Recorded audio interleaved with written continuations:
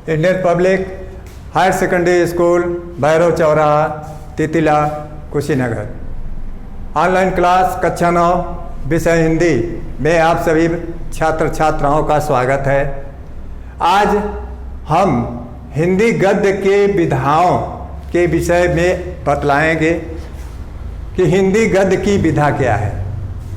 हिंदी गद्य के विविध रूपों को ही गद्य की विधा कहते हैं। हिंदी गद्य के विविध रूपों को ही गद्य की विधा कहते हैं। हिंदी गद्य की विधाओं को 2 भागों में बांटा जा सकता है। हिंदी गद्य की जो विधाएं हैं उनको 2 भागों में विभाजित किया जा सकता है। पहला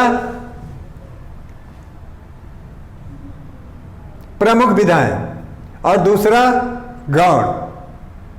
पहली विधाएं प्रमुख हैं और उसके बाद गौण हैं। तो प्रमुख विधाओं में निबंध, नाटक, उपन्यास, कहानी, एकांकी, आलोचना आदि को रखा जा सकता है। शेष विधाओं को गौण में रखा जा सकता है।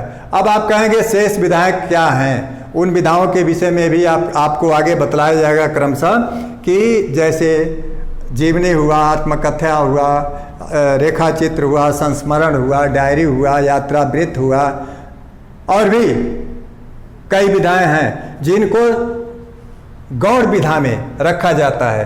अब आप प्रमुख विधा में सबसे पहले निबंध के विषय में पढ़ेंगे। आपको निबंध के विषय में बताया जाएगा कि निबंध किसको कहते हैं, निबंध क्या होता है। तो निबंध वह गद्य विधा है जिसमें लेखक, ध्यान से समझिएगा, निबंध वह गद्य विधा है जिसमें लेखक किसी विषय पर अपने विचारों को स्वच्छंद रूप से, स्वतंत्रता पूर्वक, क्रमशः अभिव्यक्ति करता है। अपने मन के विचारों को स्वतंत्र रूप से व्यक्त करता है, उसे निबंध कहा जाता है।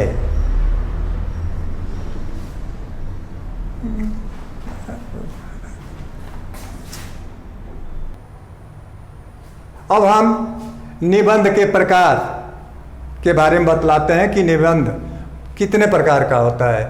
तो निबंध मुख्यतः 4 प्रकार के होते हैं। कितने प्रकार के होते हैं? 4 प्रकार के होते हैं। पहला वर्णनात्मक निबंध, दूसरा विवरणात्मक निबंध, तीसरा विचारात्मक निबंध और चौथा भावात्मक निबंध। ये 4 प्रकार के निबंधों के विषय में बताया गया कि वर्णनात्मक निबंध, विवरणात्मक निबंध, विचारात्मक निबंध और भावात्मक निबंध। अब इसमें सबसे पहले हम वर्णनात्मक निबंध के विषय में जानेंगे। तो आइए, वर्णनात्मक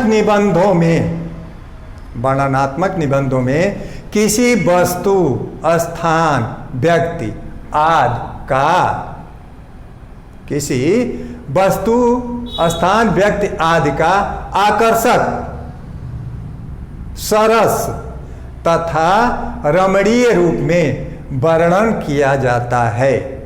किसका वर्णन किया जाता है? किसी वस्तु, स्थान, व्यक्ति आदि का किस प्रकार से किया जाता है? आकर्षक, सरल तथा रमणीय रूप में वर्णन किया जाता है। इसमें यथार्थ वर्णन तथा अलंकृत वर्णन, 2 प्रकार की शैलियों को ही अपनाई जाती है। अलंकृत वर्णन और यथार्थ, 2 शैलियाँ।